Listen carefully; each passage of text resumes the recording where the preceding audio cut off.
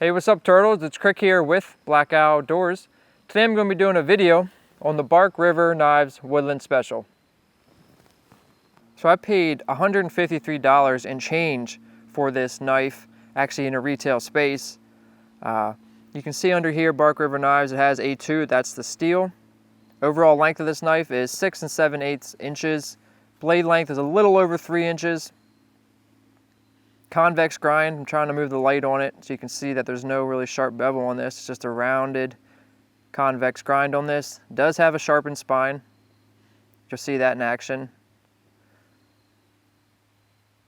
No real actual finger protection, if you will, or guard or rest. It's very, very slight here.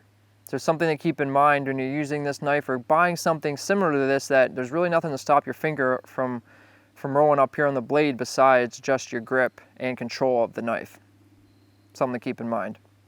The scales on here are pretty vast, the type of material you can get on this. There's a lot of options, but I opted for the green and black linen micarta. 2 pins, lanyard here. And this knife is definitely heavy to the butt end. It's 1/8 inch thick. Right around 1/8 of an inch right here, but as it gets down here, through my calculations, it's definitely at least 1 or 2 30-seconds of an inch thicker down here than 1/8. And also lending to it being a little heavy down here is that you can see the taper. I'm trying to pick it up. If you can see the taper, it's thinner up here. The scales taper and are wider down here where my finger and thumb are pressing. In addition to that, you also obviously have this kick out in the stock and the full tangness of the knife. More material down here of the steel and the scales. And the balance point of this knife, find it.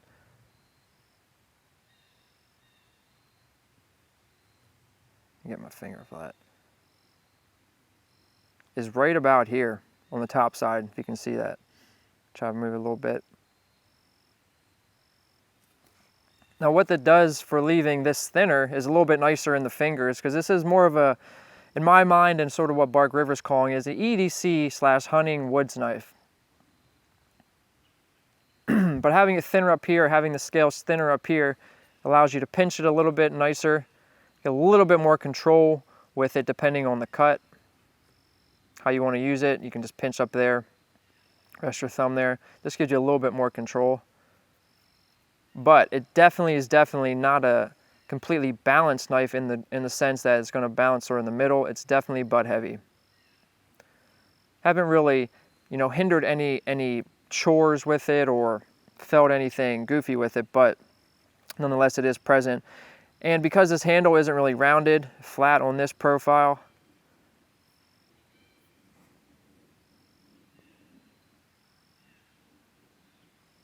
and flat, no really palm swell here. I did hold this for a while, using it on doing a bunch of woodworking with it, which is not this type of knife. It's a convex grind, not really meant for woodworking. A strict woodworker can do it fine, can feather fine, but as a comfortable handle, this is actually the full-size handle of the Highland Special of the Bark River, the Highland Special, but definitely not a super cool, comfortable handle to really do a lot of power cuts and grips. For extended periods of time. Definitely hot spots, you're gonna cramp the hand, all that. But nonetheless, it's a cool little knife, so let's keep talking about it and do some chores with it and show it in action.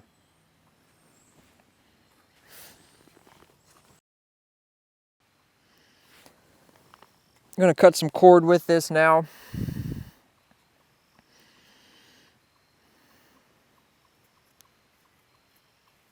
If it's really sharp, this knife did come really sharp, but if it's really sharp, it makes these type of chores very, very easy. Just straight push it first, don't slice at all. It's really nice. Push. Not bad. Slicing motion now.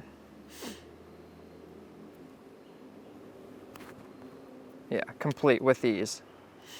I was doing a push because, as I mentioned before, you can really tell the sharpness and sort of geometry of an edge by how well it'll do pushing straight, but the slice action is the money for using a knife.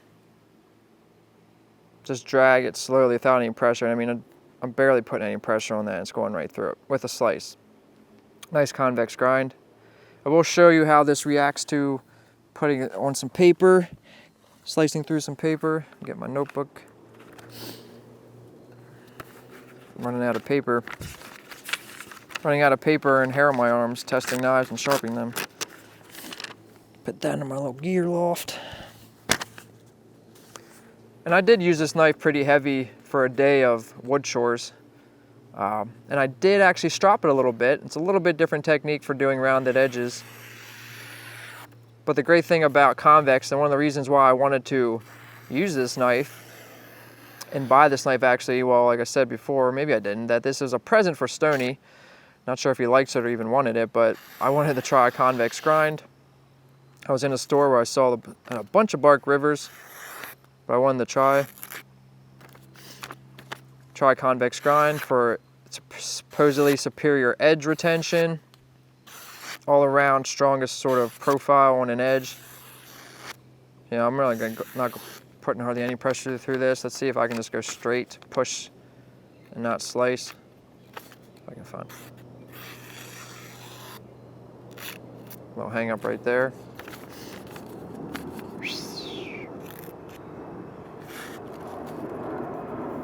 Stick closer to here.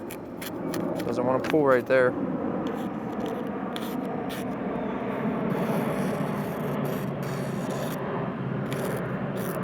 So I might have a little bit of work that I need to do right down here towards the plunge. I have no idea what plane that is and why it's so low. Maybe I'm just losing a little bit of finesse with it down there. Seems to be doing all right now. Might have just been me trying to talk through it and not concentrating.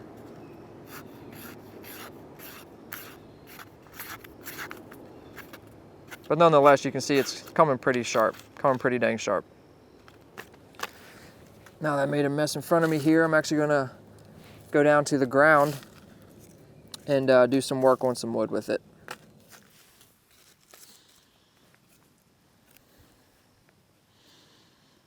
Let's take a little bit of this bark off, this outer bark, because I want the inner bark. Really nice, smooth. Really nice and smooth. No pressure at all.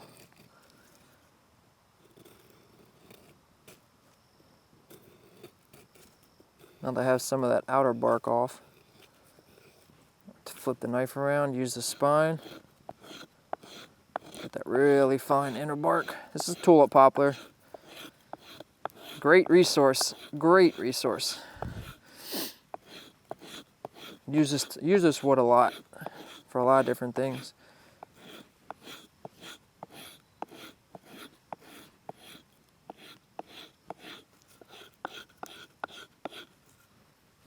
Take this off, put this up on my stool. See you again.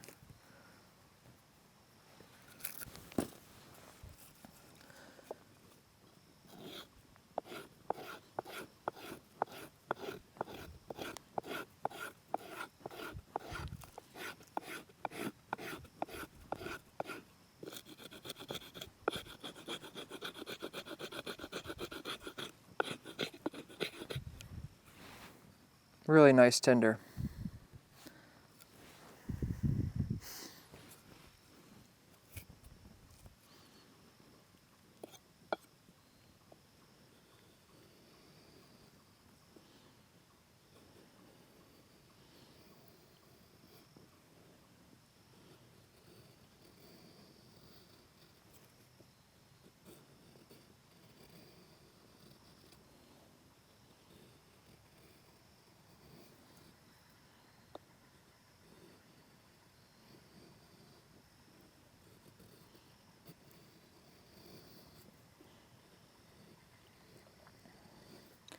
A little trick I picked up, and each time I do a certain task, usually I'll pick up something new or I learn, you know, a little different technique to do a little bit better. But with feather sticking, a lot of it's angle, and you never really want to put too much pressure on the blade to get thin curls. But I noticed to keep a consistent curl instead of, you know, sort of breaking off up here, is once I start my cut and I feel comfortable, is to look down where I'm gonna go, not where I'm cutting, but look down past and look where I'm going. And I found that really gives me a little bit more control and consistency with my curls, if that makes sense. This is doing a really nice job with this. Convex grind is doing really well. Now I'm using a lot of force in my hand to hold this knife, as I mentioned earlier, because of the handle size and shape. But you can see it's doing a really nice job with these curls.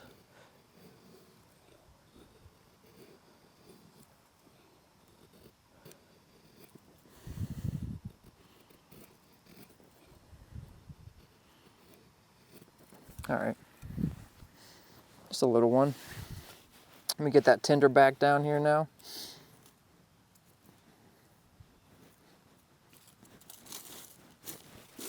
Clear out a little space.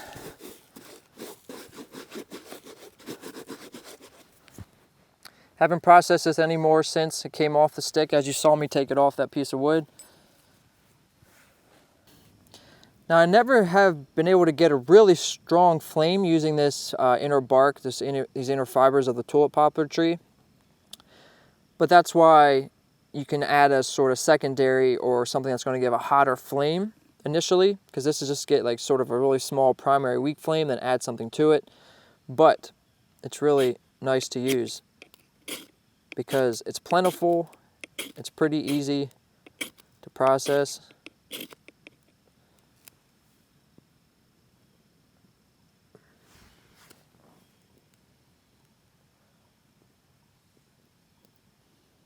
Not bad.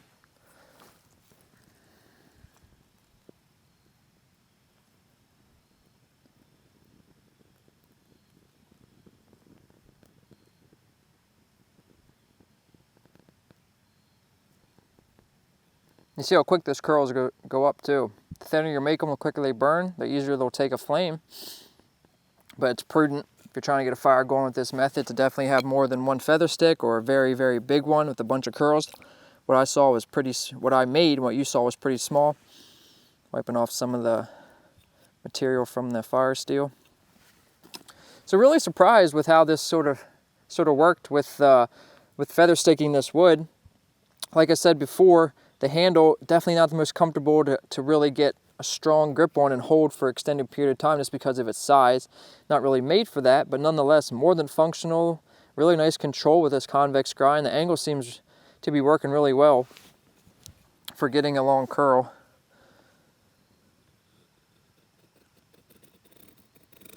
Considering.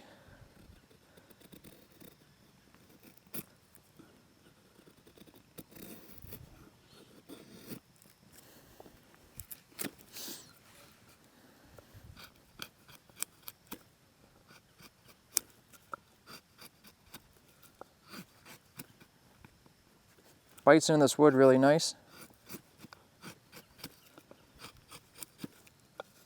And part of that has to do with the fact that I'm bracing this against the ground. Really not trying to hit the blade into the ground, trying to stop right when I get to the end and let that pop off. If I wanted to shape the end of this stick for a stake or anything like that.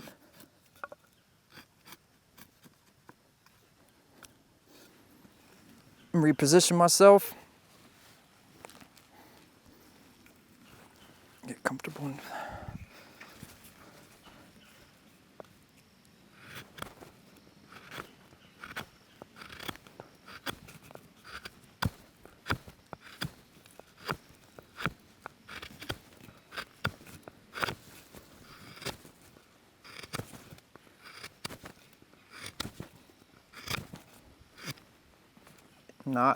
Don't want to go through that. Carve around that.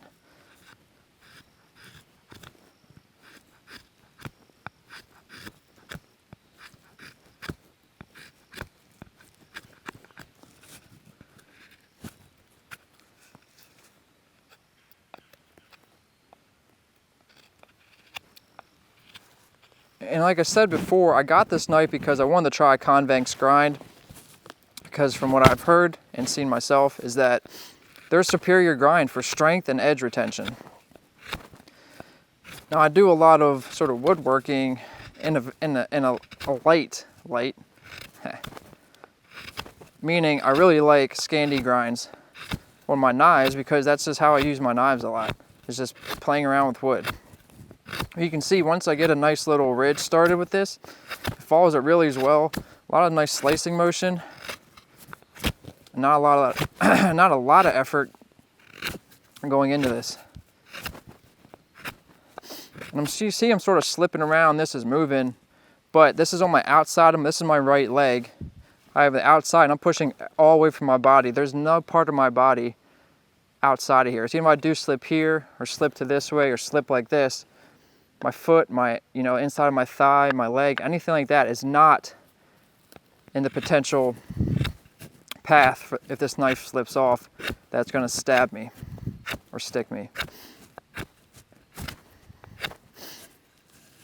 Worked fine. Just that little bit. You can see my calluses. See how red my hand is? You can see my calluses sort of getting a little red from holding it. My callus right here, you can see them sort of raising up a little bit like they got pinched with this handle, but so far no hot spots, but I can definitely feel I'm using a lot of force to hold that. Let's go back down to the ground.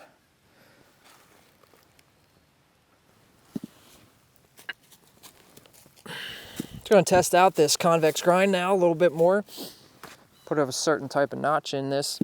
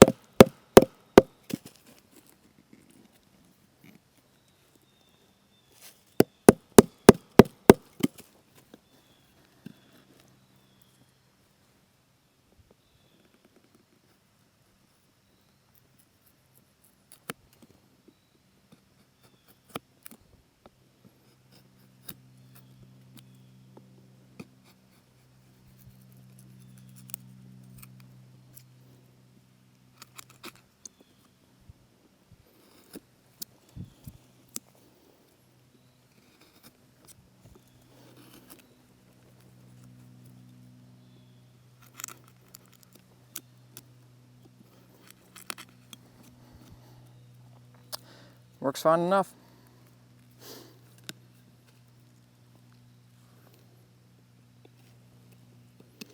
This is just an all-around little woods knife and a hunter, definitely small enough to use it to skin, sharp enough to be able to do that.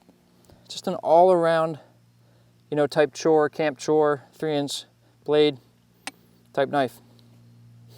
All right, let's take a look at the sheath now.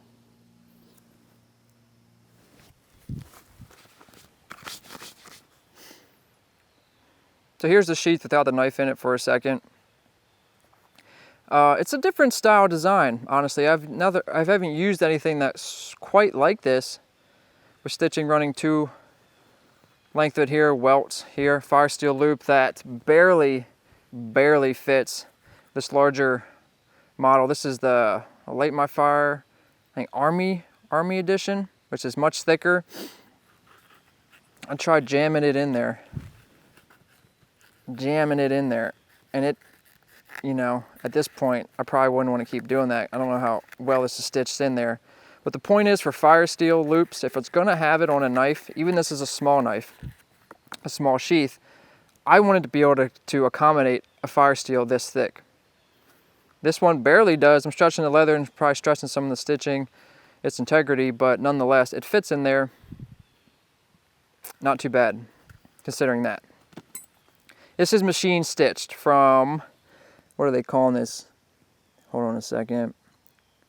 Great Lakes Leather Works. There's a stamp right here. It's machine stitched. I can tell that. There's one, how the stitching's coming through the back of this. You can see the way the stitching's coming through this. It doesn't look like that if you do it by hand or if you punch it with an awl or drill a hole. And second, hold on a second. You'll be able to see the marks, the indentations on the leather from the feet, the dog feet, drop feet, whatever. On a sewing machine, you'll see that if you follow the stitching. And that just is in line with every other knife I've seen where it has a leather sheath. The reality is, for a handmade and constructed and put together sheath, it's going to you know, greatly increase the price. And then here you have the belt loop. Belt loops right here, and there's actually two different ways, actual sort of height adjustments to put this on, which I will show. And then the knife in the sheath. Come down here, slide it in, slide it in. Nice tight fit. It is a nice tight fit. Great retention on it. Probably 6 to 7 ounce leather. But let me get this on my hip now and show you what I mean about the sort of different ways to, different heights to put this on. Now, concerning the back of the sheath, about how your belt can thread through this. Let me get my belt undone here. There's a slit here. Let me just show you. So there's basically two ways you can put your belt through this. And I don't know if it was intended like this. I don't know. I haven't really watched any videos on this. First way is going through here. 1, 2. And you can see from the top of the sheath, oh, I don't know what I have here. Maybe almost an inch here, less over on this side. And you can imagine, see my belt on this side now, how high this is going to sit up on my hip. I really do not prefer knives for their handles to come even this high, maybe an inch at most, to come this high up on my hip. I don't feel like I'm carrying too much extra weight down there in the love handle region. But how I found that I prefer to like this is to go through one here. And what that does is it moves the belt even this much closer to the top of the sheath and the handle. So that gives me still a little bit higher than I like it, but it's better than the first way I showed you, in my opinion. Slide that around. Futz with this. Buckle, buckle, y'all. So you can see how it's sitting on the hip right here. Still have this handle coming up a little bit, but it's honestly not too bad. Much better the second way I showed you putting the belt through. You can still get it out one-handed. Put it back in. Just gently, gently, gently, gently. It says leather. You can definitely cut a sheath up really quick, being sort of not the gentlest with pulling it out of a leather sheath. A little bit of a tip to pull something out of leather to keep it nice. Pull it up till you break the friction. Once you break that friction, get a nice little another grip and pull it out gently. And the same thing, put the blade in nice, nice, nice and tight. There it is on the hip. Not too bad looking. Say so myself. See, it's sitting on the hip as I sit down. Really not too much coming down past where my legs are, touching the stool. Not really too much poking into the side.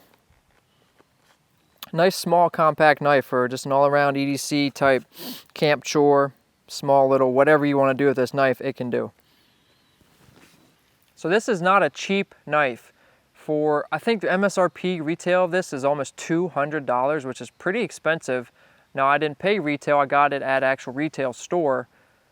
Knives shipped free. Their website actually was at their store in Oregon when I bought this for Stony, but this is not a cheap knife. For a 3-inch blade, you know, my card scales. Granted, you do have the A2 steel, and you get the convex grind, which I can only imagine takes that much longer to put this on it consistently and make it sharp, as opposed to just a sort of a more, you know, flat beveled knife, if you will, Scandi, Saber, something like that, flat grind. So I believe, you know, that's where some of the cost is coming from. You have a really, really, really beautiful finish on this knife. I'm rubbing my fingernail over top of here where the spine and the scales meet. All around this, no gap. There's no inconsistencies of levelness, you know, from one surface to the next. The plunge line's really even. The scale shaped so even. There's a really, really nice finish to this knife. But with that being said, it's a knife and it's a tool. I don't collect knives because they're tools, in my opinion. Nothing wrong with collecting knives at all. But if I buy a knife and spend $150 on it, in the front of my mind when I make that purchase, it's going to have to be, okay, this is a knife. If I ding it, if I chip it, if it If it gets beat up, that's okay. That's the purpose of buying it. And granted, a lot of time and effort goes into making these knives look pretty, but the point is they're a tool, and if you have an issue with sort of, you don't want to use this, you want to spend the money, great. You can get cheaper knives, do the same thing, but the longevity, the little nicer finish, all of that, you know, make it stand out to a cheaper knife. That's just my opinion. If you have any questions about this knife, about the Woodland Special, anything I didn't cover in the video, any questions about how it performed or didn't perform, leave a comment below. This video will be up on blackoutdoors.com. Remember to check out our website. I encourage you all to go there. There's things that are getting posted on there that aren't getting put on other social media outlets. Remember to like, subscribe, and share on this video, all in the YouTube vein. If you don't like this video, leave a comment and let me know why. Leave some sort of a constructive criticism to Stony and I, and leave a comment why you didn't particularly like this video or things we could have done different. Open up a discussion. This is Krik signing out with Black Outdoors. Later, turtles.